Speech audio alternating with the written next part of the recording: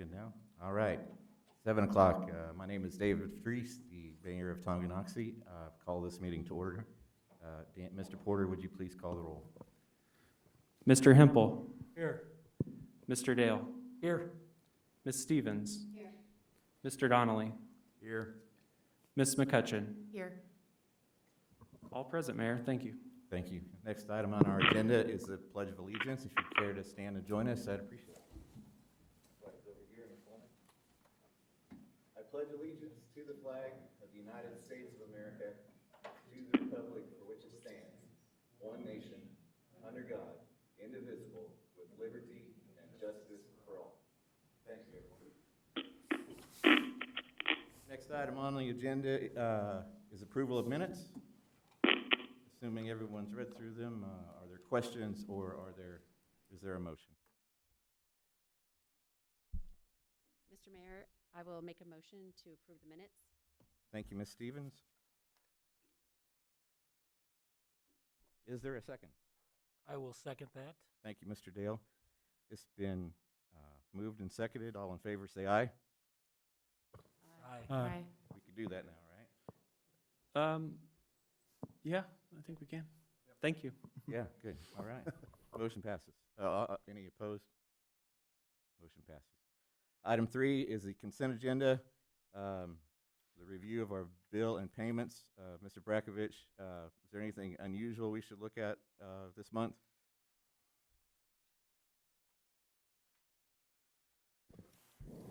I don't believe so, Mayor. It's pretty routine stuff. Some things that we end up seeing just at the first of the year, but we'd be happy to answer any questions.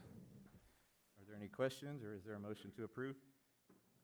Make a motion we approve as presented. Thank you, Mr. Donnelly. Be looking for a second. I'll second. Thank you, Ms. McCutcheon. All in favor, say aye. Aye. All opposed. Motion passes. On to old business, the review of the, I'm sorry. Oh, I'm sorry, I forgot we didn't have it on the agenda. Did we have anybody sign up for open agenda? No one reached out, Mayor. Okay, thank you. Is there anyone who would like to speak? Okay, thank you. Now on old business, the review of the January 31 sunset date in Ordinance 1491, which is the mask ordinance. George? Sure. Thanks, Mayor. So as you recall, mid-December, you as a policymaking board decided to pass a mask ordinance requiring masks within the city limits. It does have a sunset date of January 31st, and so this is the last regularly scheduled meeting before that sunset date would occur.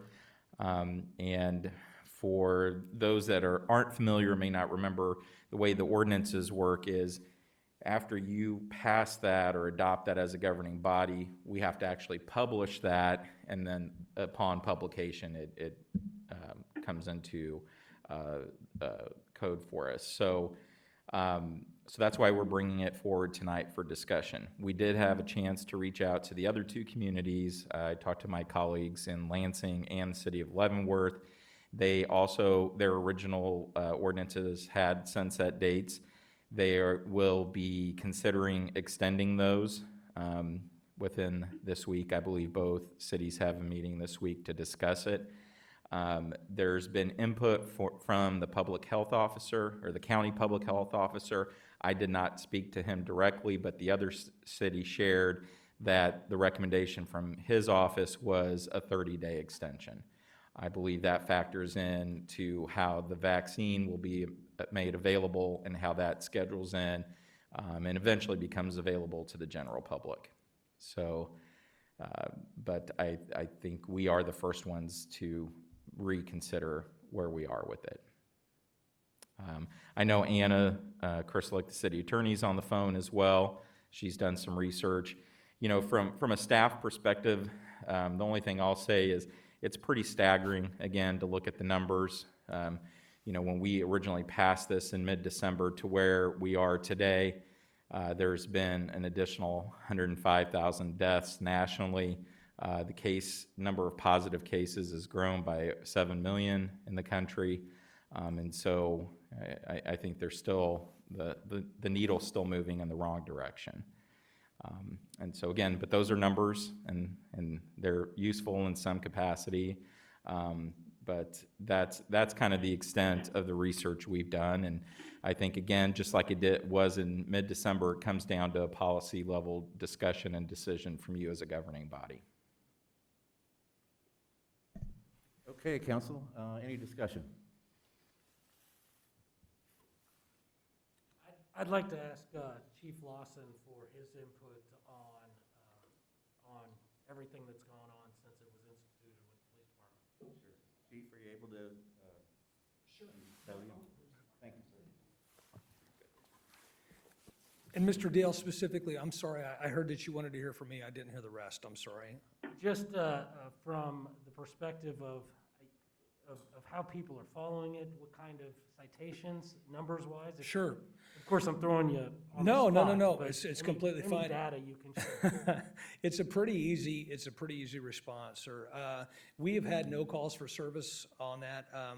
We have had inquiries from the businesses, from citizens, exactly, what this is about. If we could add, the police department's been asked to elaborate a couple different times. We've basically said, our job is to try to educate people on the ordinance and make sure that they're complying with the ordinance. And we have had no one that has actually refused to put on a mask. But I'll be completely, frankly honest, I don't believe that we've actually had to ask someone to put on a mask. We've not been put in that position, luckily. The businesses have been really good about inquiring and try to be very, very open as far as some of their concerns. We've kind of explained, what our procedure is going to be. Everybody's really been open to the idea of inquiring. So the simple answer is we've had absolutely zero activity. We have no citations. We've had no incidents with a citizen that we've actually had to address it. We've had a lot of questions, and we've done a lot of educating out there, but that's kind of the extent of it. Thank you. From the outset, there was a lot of opposition to it, and there were a lot of people that pretty much figured that we would be sending out the police in full force to write tickets, and it was a money-making thing. Right. And it Right. was all about enforcement and getting people to comply. Right. And ultimately, I think for me, my hope was that there would be cooperation and understanding of it.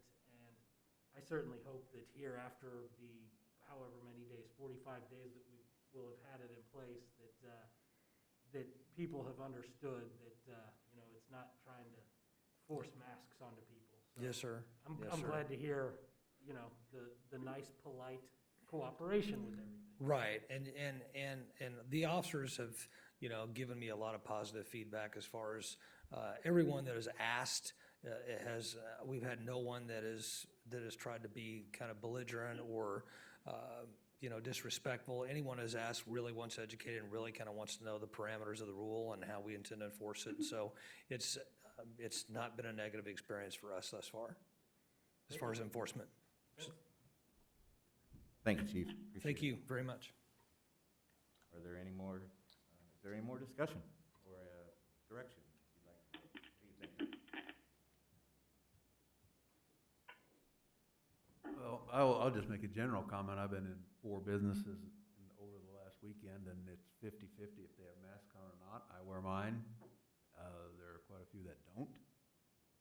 And I think that's consistent with what the return that I got in the initial conversation that we did before we did the ordinance. And I went back and studied the emails and the comments that I had, and it was about 2/3 to 1/3 a no, don't do it. That's how I interpreted it, and that's how I voted, and I think I see that in the market. I think that's what I see people doing. So my perspective is that people who want to wear them, and Chief, if you do a good job, obviously, because there are people that do wear them, but there are also an awful lot that don't. So I wear mine because I think it's the right thing to do, but it's also pretty wide open, or I think it's pretty apparent that, at least from my numbers, that it shows that 2/3 say no and 1/3 say yes. So that's my comment. Thank you, Mr. Donnelly. Is there anyone else? Yeah, I think I tend to agree. I would say my perception is that it has increased the number of people wearing masks. I don't, I don't have a whole lot of data to support that necessarily. It's just my perception of going to the grocery store or whatever. But, I do think there's another percentage of the population, albeit small, that chooses to not wear a mask because they don't have to, quote unquote. And I'd heard from a few of those people that say, I'll wear a mask, no problem. Since I don't have to, I don't worry about it, and I don't wear it in town. So it's still an interesting debate. That's for sure. So. Any other comments, any more discussion? Questions for staff or anyone?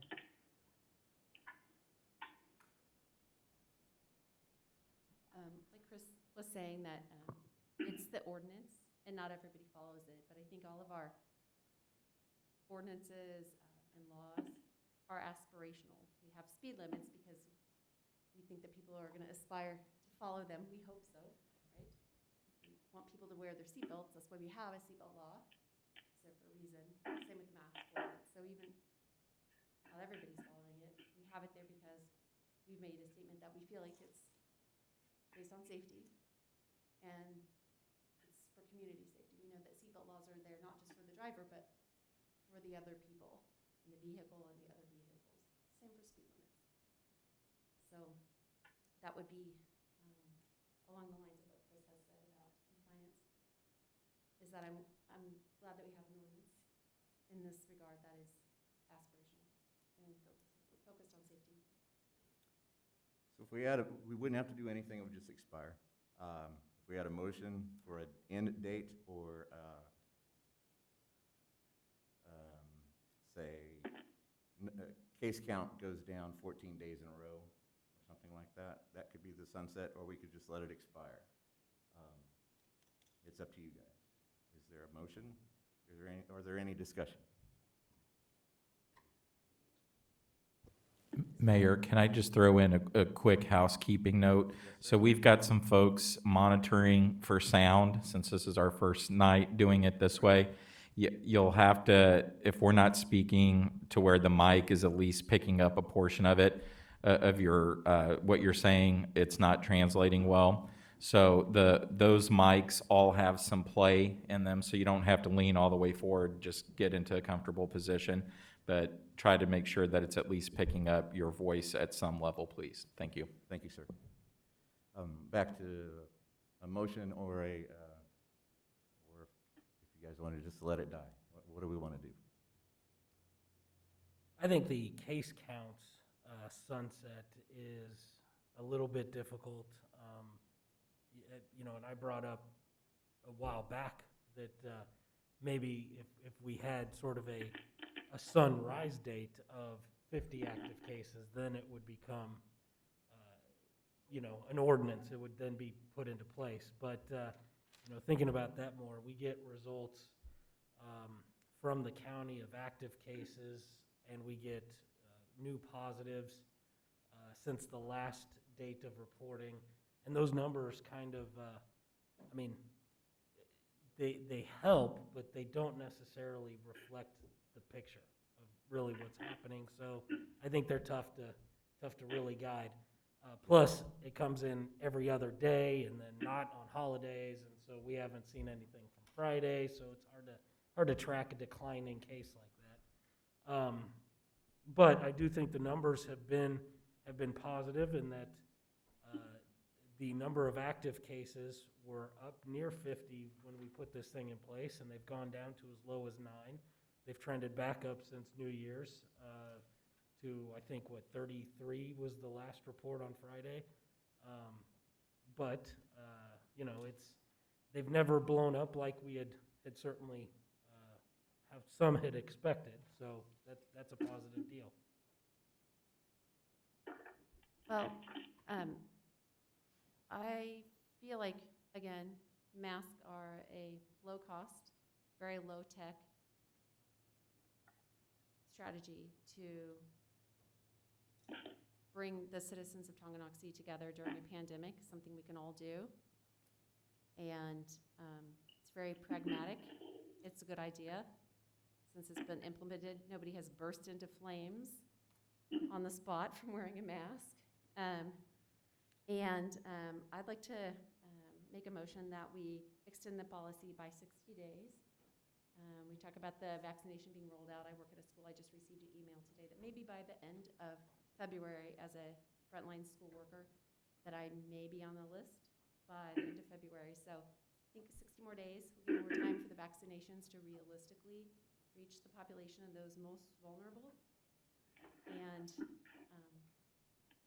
just proceeding along the lines that we have been, being aspirational in our policies, hoping to be safe, doing what we can, and doing something that's very low cost and low tech. Seems like kind of an old-fashioned thing that we can all do, and it's a way to look out for each other here in our community. So that would be my motion, is to extend for 60 days. Mr. Porter or Mr. Brakovich, do you know what the date would be on 60 days from now? I guess at the end of March, maybe March 31st. The end of March. The one thing I would add to that is, I don't know if we want to have this discussion every other meeting. Wait, so that's right, it's not March, it's April, right? So right now, it would end at the end of January. So I'm saying instead of going to Sorry. the end of February, going to the end of March. I'm a month ahead, yeah, sorry, I'm a month ahead, everybody. Yeah, just to avoid exactly what you're saying. Okay, all right, awesome. Okay, so we have a motion on the table to change the sunset date to March 31st. Is there a second? Mayor, from a staff perspective, again, just how our meetings will hit, our first meeting in April won't be until the 5th. So would you like to go, maybe as a suggestion, would we consider going to that next available meeting date? And again, if something changes in between now and then, as a council, you always have the opportunity to discuss it again, repeal it if there's some breakthrough. Nothing says that you're going to have to stay committed to that date, but just again, on a housekeeping standpoint, if you considered it again April 5th, the ordinance would be published, is it the next week, Wednesday, the 14th? So that, I would suggest then looking at April 14th, because that would let it cycle through for the 60 days that Councilwoman Stevens suggested. That's totally fine. In terms of logistics, that's to the same point. Okay. Okay, we have a motion on the table. Is there a second? I'll second. Thank you, Mr. McCutcheon. We have a motion and a second. Mr. Porter, will you call a roll vote, please? Mr. Hempel, No. Mr. Dale, Yes. Ms. Stevens, Yes. Mr. Donnelly, No. Ms. McCutcheon. Yes. Motion passes 3-2. Thank you. Okay, next item on the agenda, we move into new business. We start with Resolution 12102. Resolution offering the sale of general obligation temporary notes. Mr. Brakovich, is this yours? Yes, thanks, Mayor. Real quick, to make a couple of introductions, we've got some of the city's advisors are participating by phone. So we have Ben Hart with Baker Tilly, who are the city's financial advisors. Ben, can you hear us? Yes, I can. Okay, great. Thank you. We can hear you. And we have Kevin Cohen with Gilmore and Bell, which are the city's bond attorneys. Kevin, are you available? Can you hear us? Yes, I can hear you. Great, thank you. And then, of course, Anna's Kerselik, the city attorney, is also participating. So this has been a process to get here. We're getting closer to actually issuing some sort of debt associated with this. We were successful, and thank you again to our partners at the Leavenworth County Board of County Commissioners. We were able to get a $1.2 million check in our possession last week, and so we are able to move forward with this. One of the things we thought would be beneficial, though, as a starting point for the discussion here, is if Ben would kind of go through the process and why we're looking at temp notes for this, instead of going direct to permanent financing. There's some advantages, and there were some things we were waiting, but I just thought that might be a beneficial starting point to go over. So Ben, if you heard that and you're ready to go, jump on in. Yeah, no problem. Thanks, George. The temporary notes, they're otherwise called bond anticipation notes, are short-term in nature. Typically, they're 12 months or less in maturity, so they'll be paid off in 12 months. The interest on the notes can be paid in either cash or rolled into the longer-term bond anticipation notes, or the actual long-term bond. We don't always use this method. The library bonds that we issue were straight PO bonds, didn't do temporary notes. There's usually just a handful of reasons why you would do this, and we've got plenty of clients that do it. Issue the short-term funding. It's more like construction funding, if anything. It delays the issuance of the long-term bonds, which you can push principal and interest out a little bit. The payment itself. The second thing is really associated with uncertain costs associated with a project. So if there's funding left over, that funding can be used to buy down the debt where you wouldn't long-term debt as much. It can also allow you to add money to it if something happens, unfortunately, that raises the cost. We're able to debt finance that additional funding. Uncertain sources associated with the project, which when we started the process, we were kind of headed down that road. And then, of course, there's other regulatory types of issues that could present itself in other areas. When we headed down the road on this project, it really the uncertain sources, and it sounds like that got worked out, which is great, but also the uncertain cost. So with the ability to buy down the debt with any savings, that would actually outweigh any cost you would have associated with issuing these bonds potentially.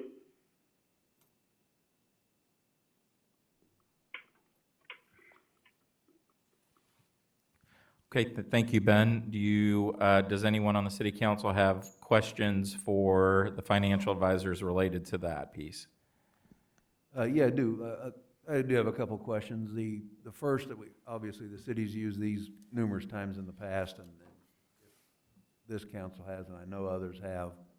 A couple of questions I have. First of all, are they pre-sold, or do we have a local investor or buyer who would buy these bonds? And then secondly, what's the anticipated rate? Generally, we would see a rate with these things, and I don't see that we've got that issued out there at all yet. So, yeah, we've got. So as far as the sale on these bonds, February 1st, we will actually use a competitive sale process. So they'll be on a third-party proprietary system that will allow bidders to join that system and actually bid on those bonds. On something this size, we typically see a lot of local banks that'll bid on it. Bank qualified is what that's called. And with a short-term note, we ought to see a lot of those banks. They could be Commerce Bank, they could be local banks that are syndicated with either Commerce or UMB. Last few that we issued at Country Club Bank bought them. As far as the rate expectation, right now we've got a 0.9%. That's a 0.9% interest rate on these as an expected interest rate for that February 1st.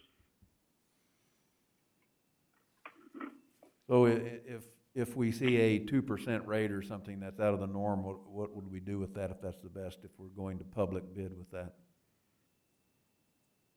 Well, if we saw a 2% rate, then the question would come back to George and you guys whether you wanted to continue with that rate.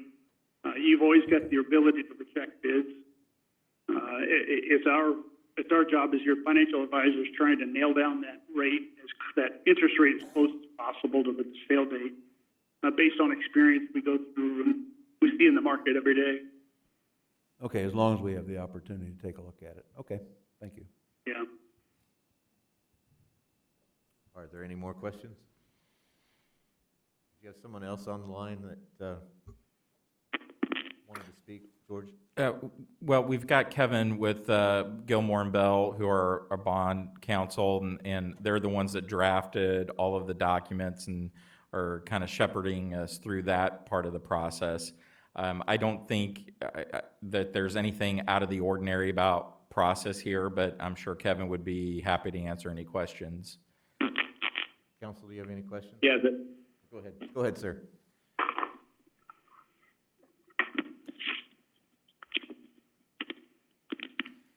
Kevin, this is George. Were you wanting to say something there?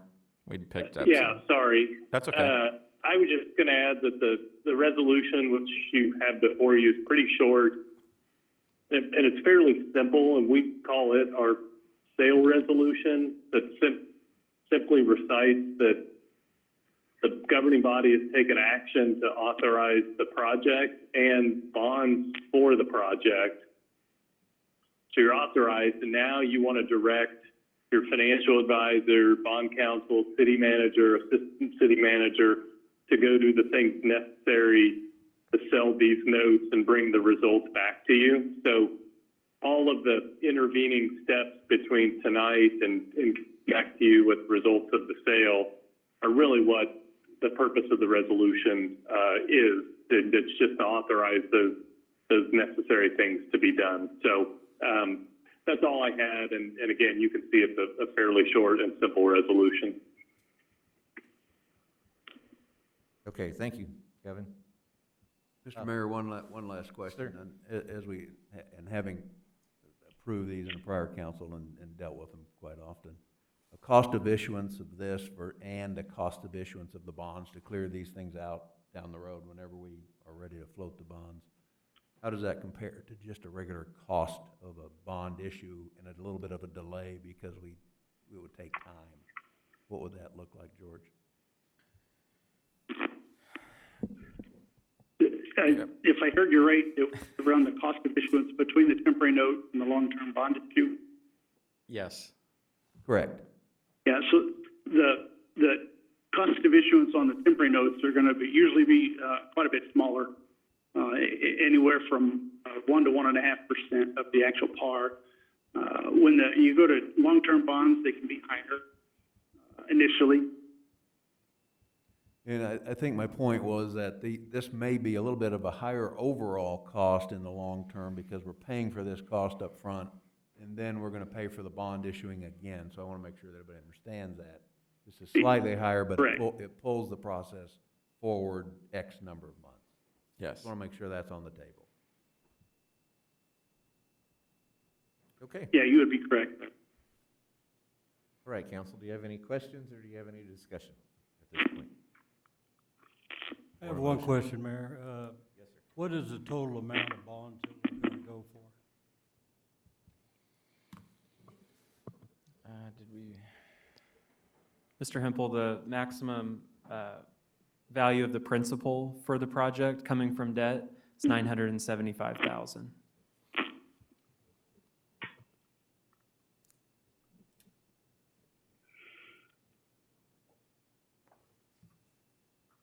Are there further questions? Seeing none, at this point, I would entertain a motion. We don't have a number on the motion on the sheet, or am I looking at that incorrectly? Resolution? It's Resolution 01-21-02. So it's, okay, I'd make a motion that we approve resolution number 01-21-02, authorizing the offering of sale of general obligation temporary notes series 2021A, City of Tonganoxie. I'll second that. Well, Yeah, I could hear it. Could you guys hear it? Okay, great. yes. Okay, so I heard 2 seconds. Who's going to claim it? You take it, Rocky. Okay, Mr. Hempel has a second. Do this on a voice vote. All in favor, say aye. Mayor, we do need to do a roll call for I this item. I'm apologize. sorry. Thank I you. should have clarified that. Go ahead then, Mr. Porter. All right, Mr. Hempel, Yes. Mr. Dale, Yes. Ms. Stevens, Yes. Mr. Donnelly, Yes. Ms. McCutcheon. Yes. All ayes, Mayor. Thank you. Thank you, Mr. Porter, and just give me a high sign or something, so I know. Thanks. Moving on to item B, the review of upcoming 2021 city appointments. I believe this is Mr. Porter's, and I am very thankful, immensely thankful that he put this list together. Thank you so much. Thank you, Mayor. So just to introduce the document included in the agenda packet, the city as a whole completes many different appointments to local groups. Those include the Recreation Commission, to which the city appoints 2 members, the Library Board, to which the city appoints all 10 members, and the mayor joins as an ex officio member. And then we also have several staff or contracted positions. Those include municipal court judge and city attorney, and those are each appointed on an annual basis instead of to a multi-year term. We also periodically have positions on the Planning Commission that become vacant, and we've got one advertised right now actually to fill the vacancy of the term previously occupied by Councilmember McCutcheon. So what the document included in the packet does is lays out for us the upcoming ones we know of this year. So you can see it begins with the next item on the agenda, which is consideration of a library board position previously held by Brian Manis. And so the term expired this month, and consideration of a new 3-year term is up for discussion on the next item. We'll also have the second meeting in January, discussion of the consideration of an appointment for Ms. McCutcheon's old position on the Planning Commission. And then in early April, based on the timing of last year's appointments, we plan to bring forward the municipal court judge and the city attorney appointments as well to the council. Later this year, in May, we'll have 2 positions on the Planning Commission, one of which is held by Crystal Henson. She's a city resident, and she actually did also indicate recently that she doesn't plan to seek reappointment and wants to give someone else an opportunity to serve in that position. So we will be advertising that and making an effort to garner some interest in addition to the current vacancy on that upcoming vacancy that we'll have here in a couple months. Finally, at the end of the year in August, we'll have 2 other positions on the library board with terms expiring. And so regardless of those people's interest in continuing to serve, we'll still bring those appointments and any other applicants to the council for your determination. But this chart just illustrates a calendar of dates to plan for, and it's our hope we'll avoid missing any appointments in the future because of having this to reference periodically. Mr. Porter, did you check with the rec? About Those are next year, Mayor. Yep, none in 2021. Okay, this is good information. Thank you very much. There's no action required here. If you have any comments, now's the time. Okay. I appreciated the summary of all the positions. Sometimes I feel like they are just randomly coming our way. That's very helpful, Yes, Great. and then be good for the public to see. Yes. absolutely. Okay, moving on to item C, appointment for a city or USD 464 resident position on the Tonganoxie Library Board. Dan? Yes, Mr. thank you, Porter?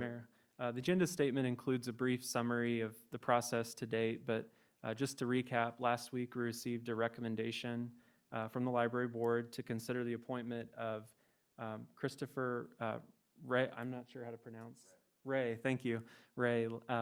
And so he's one of 7 applicants for the position that were considered by the library board, and they've forwarded their recommendation for you all to consider. To recap, the mayor will make the appointment, and then when he recommends an appointment, the council will do a roll call vote to consider approval or non-approval of the appointment by majority vote. The other applications were all included in the agenda packet for reference, so the council had a good scope of who applied and who was interested. And I'm assuming Mr. Ray would be happy to answer any questions you have, if you have any in particular. But again, this is a new term, not the filling of a vacancy. It's an entire term for the library board position. Mr. Ray, would you like to address the council? At the podium, please. Hi, I'm happy to answer any questions any of you might have. I can tell you guys a little bit about me if you want to know that. I'm an open book, so anything you want to know. What's the last book you read? I'm reading like 3 at the same time. I do that so if I get bored. So I'm reading a Stephen King book I can't remember the name of. I'm reading a book on finance called The Simple Path to Wealth, and I'm reading a survival book. Very cool. So I have a wide breadth of interests, and I have a woodworking book up next. That's cool. Anyone else? Thank you, Mr. Ray. At this point, I would like to approve Mr. Ray's appointment to the library board with your consent. All in favor, say aye. Aye. All opposed? Okay. Congratulations. Thank you, sir. Thank you for being willing to serve. Next item up is D. Consider approval of temporary use agreement with Tonganoxie.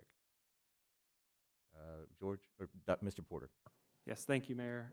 This item is very similar, in fact, to the temporary agreement that was considered last year with the City Council and the Tonganoxie Recreation Commission. And what it particularly involves is the use of city facilities, in our case, the Public Works Shop and the shooting range located near the Public Works Shop.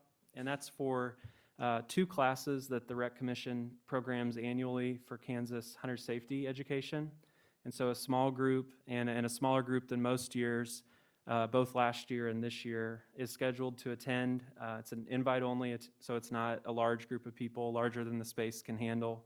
And they complete about a 2.5-hour course that concludes with discharging firearms at the range. And so the applicants participants in the course are able to learn safety techniques and receive a certification through the state from this program. So it's a zero-cost temporary lease, but what it also protects the city's interest in doing is it requires the Rec Commission have insurance for the event, and also that they are aware that should, say, the pandemic conditions worsen or some other contingency arise, the city can always reserve that right to cancel the class at no notice, technically.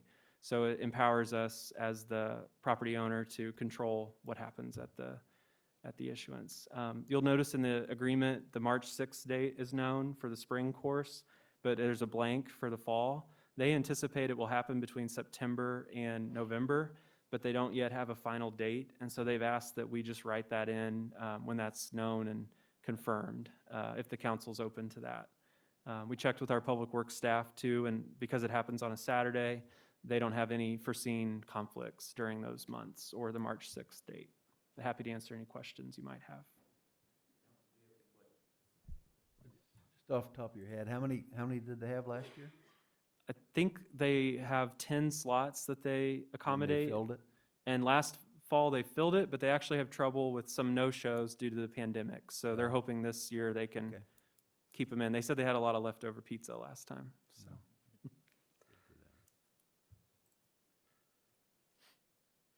If there are no more questions, I would entertain a motion at this point. I'll make a motion to approve the temporary use agreement with the Tonganoxie Rec Commission for 2 hunter safety courses in 2021. Second. Thank you. All right. Is the voice vote okay on this, Mr. Porter? Yes, Mayor. Thank you. All right. All in favor, say aye. Aye. All opposed? Motion passes.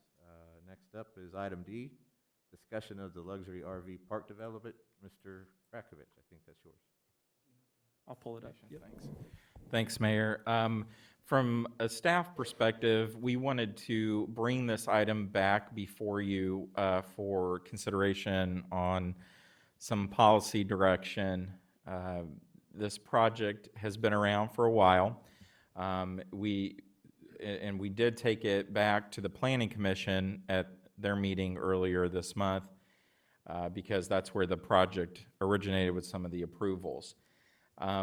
You'll probably recall, and I'll give you a little more detail in this presentation as we move through it, but there were very specific provisions that tied a special use permit in with the appropriate zoning, but it gave very specific timelines for deliverables.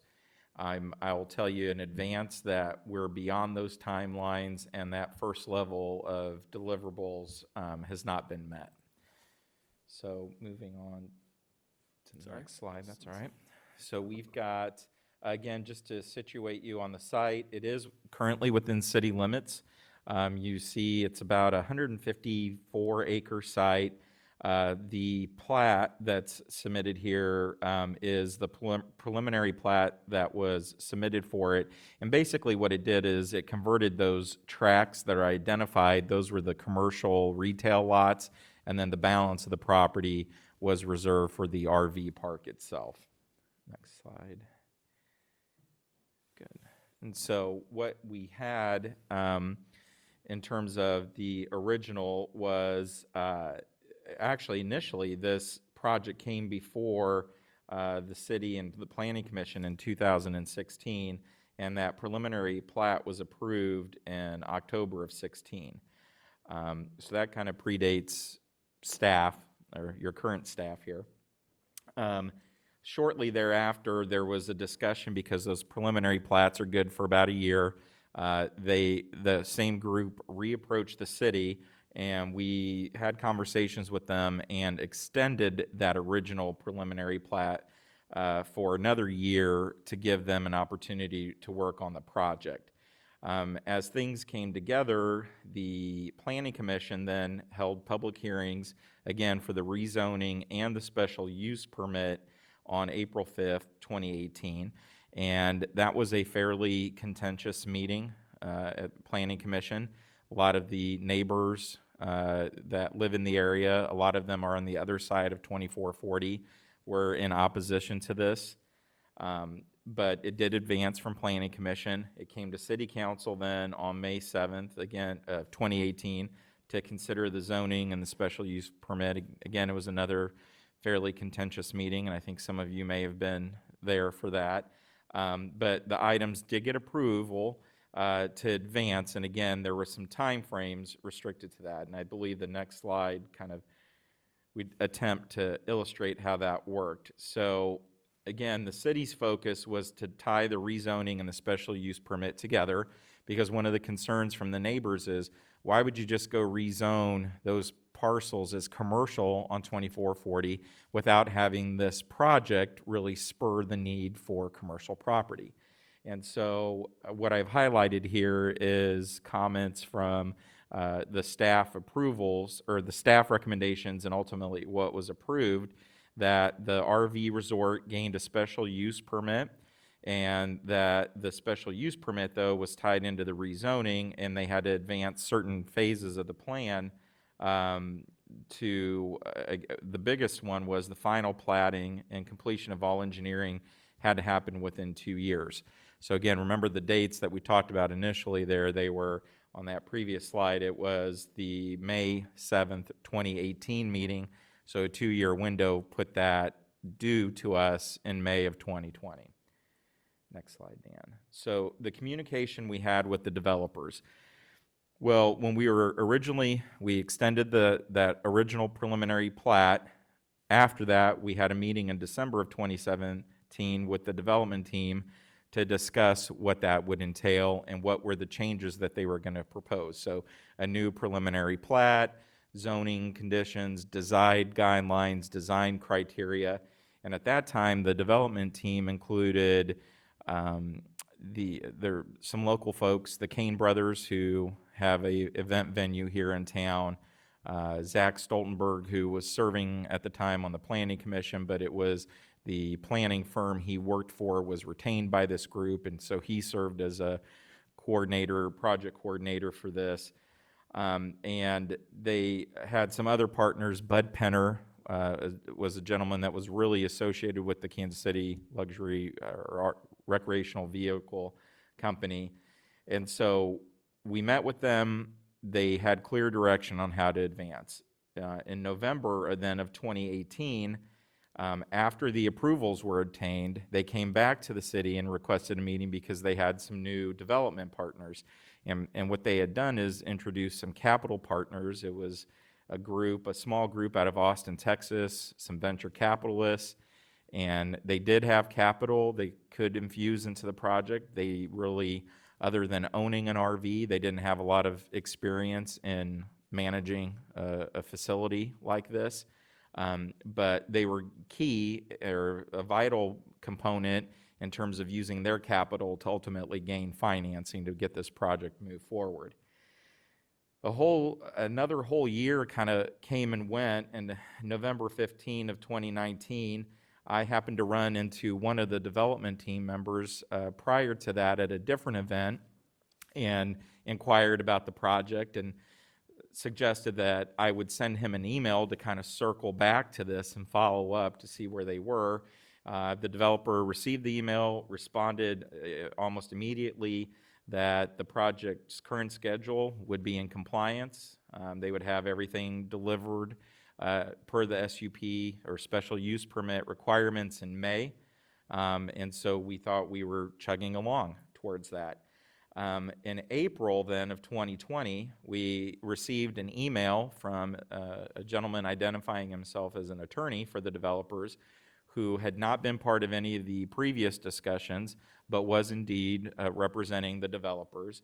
And they had asked for an extension to put a few things together. And I replied to him indicating that the city would be willing to consider that, but given the fact that we've been told it's on track, it's on schedule, financing is imminent, we're going to make this happen, to coming back to basically point A and not having any of the things we needed you to have done in the last 2+ years ready to go, I asked these 4 questions. Again, we're at the 2-year window where these things needed to be completed. What happened that you haven't even started on these items? What are the factors that contributed to the project being so far behind? What guarantees are there that financing will be obtained in a short time frame? And what's then your new proposed time frame? We never heard back from anybody, from the attorney, from the developers team. I circled back on this correspondence in April and June. Now granted, we had COVID. 2020 was an exceptional year in a lot of negative ways. And so what we wanted to do from a staff perspective is bring this back because we think, my opinion is it's at a policy level discussion. This project's had, if we go back to 2016, it's had 4+ years to kind of mature and come together. We were willing to tier this into deliverables that were manageable, we felt, from the developer's perspective. It should have been easy to kind of put this thing together in these steps with the timeframes that we allotted. And so we're at a point now where I think we need to have a critical evaluation of what was approved and what's been delivered. And so, again, we had 2 things that were happening. We issued a special use permit for the RV park, and that was about 400 slips. And I don't want to, the words I'm using to describe where we are in the process, I don't want to reflect on what was submitted in the design documents. It's a nice project. It's a quality project. I'm just questioning if it's going to actually be able to happen. And we've given it a lot of time to kind of mature, and we're not seeing movement on it. So what are we going to do with the special use permit? The zoning, we went ahead and moved forward. We rezoned those front properties from rural residential to the commercial designations because they wanted the opportunity to go market those lots because they were confident that the RV park would advance, and then they wanted to have users ready to go for those commercial lots. And if you recall, there was like a C-store, a gas station, a hotel site, and so we went ahead and did that. I'm asking, I think part of the consideration here tonight is if we want to revoke the special use permit because they haven't met the time frame or the deliverables, I believe the general message to the neighbors was that the zoning was only approved if this project came. And I would suggest, I think it warrants, if you revoke the special use permit, we probably should restart the process to zone that property back to the rural residential it was. And that's my recollection of it. I believe that was the way the project was presented as a whole, not just to the adjacent neighbors, but to the community as a whole. And so we haven't communicated this level back to the developer because I'm reasonably sure if we asked the developer, they would probably say, oh, yeah, any day now it'll come together. And so, again, it's more of a policy level direction to get from the city council to staff, and then staff can redirect that, and depending on what direction you give us, what the next steps we need to take, we can certainly communicate that to the developer, and the next steps would require some sort of either public hearing or appearing on an agenda at a future meeting. They could certainly come and make a case that they're closer than what we think they are to putting this project together. So I've said a lot. I'd be happy to answer any questions you folks might have on it. Council, do you have any questions? Yeah, I have just a general comment. I think the onus should be on them to present to us why we should extend something that's beyond 5 years of something that's been going on. And I know, from personal experience, if I come in and present a plat of something and it's a year old, I've been told to resubmit with way earlier than 5 years. I'd love to be. It would save me a lot of money if you would let me go 5 years on preliminary plats, but it doesn't make sense that this thing has been hanging out there and for a long, long time with some opposition to it, obviously, originally having sat through that. I think it's time to put it back to them that we got to start from scratch anyways. It's so old. Let's take a look at it again. If you want to come back in, let's start from scratch. Okay. Move on. That would be my recommendation. Yeah, I think from my time serving on planning and zoning during that whole process originally, and all of the opposition to it, I think it would send a bad message if we just simply extended it without any just reason. I think it'd send a bad image that we're really looking out for the public. And a lot of the opposition had concerns about this project's ability to turn into the high-level resort that they said. And there was a lot of concern that it would turn into a trailer park, that they would not be successful, and if they can't make any money off the luxury stuff, then they're just going to go down market to trailer park. And certainly they haven't really given a whole lot of support that they can turn this into a high-level RV resort as presented. So yeah, it sounds like it's a tough deal. Go ahead, Mr. Hempel. Well, I was up here at the time that we went through this, and I was one of the ones that said, I'll let the wheel turn one time.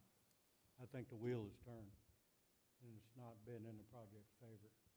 I think we need to take it back to square one, put it the way it is, put it the way it was, leave it there. Till somebody comes on with a viable project and has the financing behind them to go ahead and do the project. That sounds very close to a motion. Do you have a motion there? I'll make it, that's it. All right. We have a motion to let the TSUP expire. I'll second that.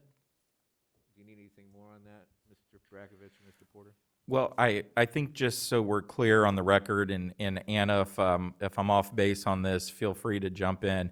But let's consider revoking the SUP as one item, and then if you want to give staff direction to start the rezoning process to get the property back to rural residential, I would suggest that would be a second motion then. Do you accept that? Yes. Okay. Do you want me to do that? Yeah, I think that's what makes George So- most comfortable, probably. Okay. If you don't mind. So Just right before George is that next property right next to it. I recall that being involved in that conversation as well. Okay, Now, that would have to be a different owner. yes, That would be the little sliver. in between, Yeah, yes. So, I mean, and I don't, that's whatever they want to do, it's their property. Okay, we'll take a look at that. But And we just- any rezoning will have to properly happened notice with- within the, With this yes. project. Yep. What is the first thing you want, George, to revoke what, the special use permit? Yes, sir, please. Okay, I make a motion that we revoke the special use permit for the luxury RV park development. we have a motion. Do we have a second? I'll second. Mr. Porter, is this a roll call vote or a voice vote? Voice vote's fine on this item, Mayor. All in favor of the motion, say aye. Aye. All opposed? Motion passes unanimous. Second motion, Mr. Hempel? Okay, I'd like to make a motion that we revoke the zoning on the luxury RV park development and take it back to what it was originally before we considered the project. We have a motion, is there a second? Second. Do this on a voice vote, all in favor, say aye. Aye. All opposed? Thank you very much. I just wish there was a way I could fish that pond out there. Whew. Okay, we're on to the city manager agenda. Yes, thank you. We have one item on the city manager agenda, and as Mr. Porter's pulling that item up, it is the 2021 budget book is ready. We wanted to share electronic copies with you and the public tonight. The link is made available through the city's website. We'll have an opportunity, Dan can answer any specific questions you might have. But before I turn it over to Dan and before the meeting gets completed, I just did want to acknowledge we're in this nice new space. We had a lot of partners that helped make this happen, and I'd be remiss if I didn't offer a special recognition to our Public Works Department in particular, who turned into a crew of impressive carpenters to make things happen in a relatively short time frame. So I wanted to thank them for that, and I know we've heard you folks echo that same sentiment before. So with that, Mr. Porter, would you like to answer any questions, or do you have some general items you want to go over? Just a couple items. Thank you, George. Okay.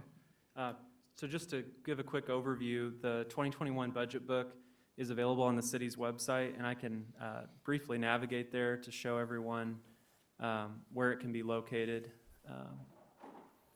and the way you can view it on the city's website. We've got a nice interactive tool called Flipping Book that lets people flip through, use quick links to get to sections you want to find, do word search. I mean, there's a lot of technology behind this platform.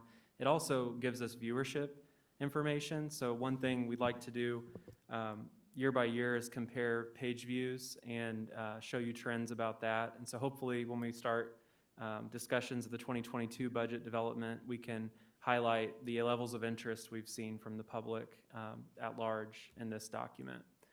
So beginning the book, you'll see on page 2 and 3, the illustration of the council members who were there in August when the budget was adopted. The next section, which includes the table of contents with interactive links that you can jump to, then begins with a quick 2-page letter from the city manager that recaps some of the key initiatives included in the budget. And so I won't belabor and read this entire thing, but I would encourage members of the public and the city council to refresh their memory of what the plan is for 2021 as adopted in the budget. Key equipment purchases, key infrastructure projects like Church Street Bridge, some large initiatives are included. And this is a great transparency tool and just communication tool for us to illustrate what the organization plans to accomplish for the community this year. One important thing that I'd like to point out, there's other things such as the individual fund schedules with detailed accounting of the expenditures and revenues planned for each fund and the assumptions built there. There are department pages that illustrate which departments spend from which funds and what their projects are. But the debt section is something new that we've enhanced last year and continued to try to improve this year. And so I'll jump to that section really quickly. So that's illustrated here on page 38 of the document, and it includes both a schedule of our planned debt this year as well as a calculation of our debt authority limit, which you might have remembered seeing earlier tonight in the packet for the resolution to authorize the issuance of the temp notes. So that amount is not yet known, so it's not yet shown, but when we get that final amortization schedule, that'll be updated and the new cost added.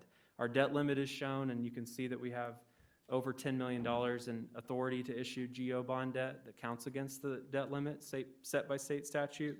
So this is all just sort of helpful information as context when we consider issuances, both 2021 and in future years. The last thing I'd like to point out, again, is a little bit more detailed section of the debt picture for the city on page 46 and 47. And so this shows you amortization of each issuance, so the bills we owe every year, and the year that those debts will retire. So we only have one issuance retiring in 2021, and you can see our structure and the levels of payments on principal and interest in the graph shown on page 47. So in conclusion, I guess, if you have any specific questions, if you notice any errors or typos, which could be possible, please don't hesitate to let me know quickly if you could. We'll try to schedule this for printing so the books are available for the next city council meeting, so you can take this home and have a printed copy with a hardcover for reference as you study for meetings or look at next year's budget proposals when budget season starts. But happy to answer any questions you have tonight, too. Any questions, council?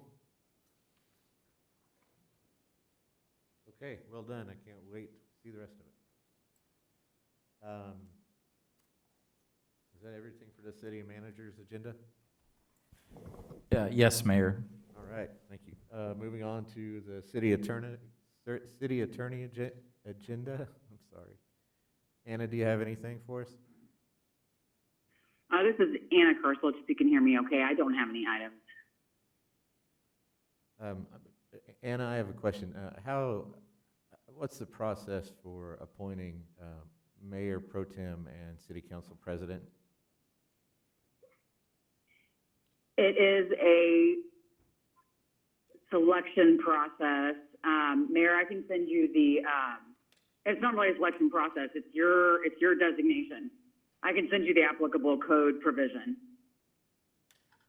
I would just like to appoint Mr. Hempel tonight if I can.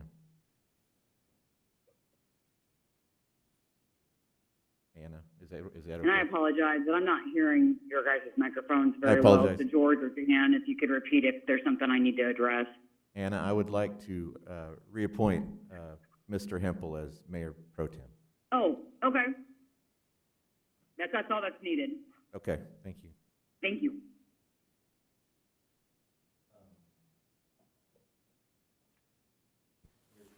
Mayor pro tem agenda. Sorry, I lost my place. Nothing on the agenda tonight. Okay, thank you. City council agenda.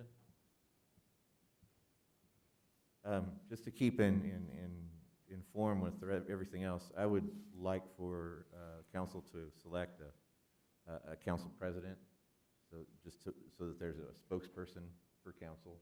I think we've had one before. Is that right? Like, wasn't Kara Reed city council president or something like that? You have confusion? I'd have to look at the city code because I think when we were looking at originally mayor pro tem language, there was some instances where the city code could have possibly just used two different terms for the same role. So we need to go back and look at the specific language for council president.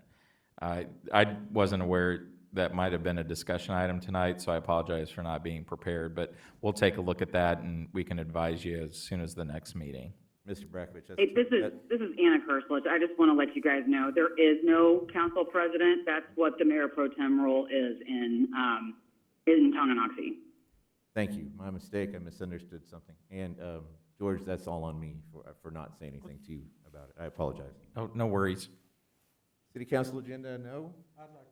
Oh, go ahead, I'm sir. sorry, I'd like to bring up one topic that's been brought up to me about the food trucks that are coming into town and the possibility of raising the fees.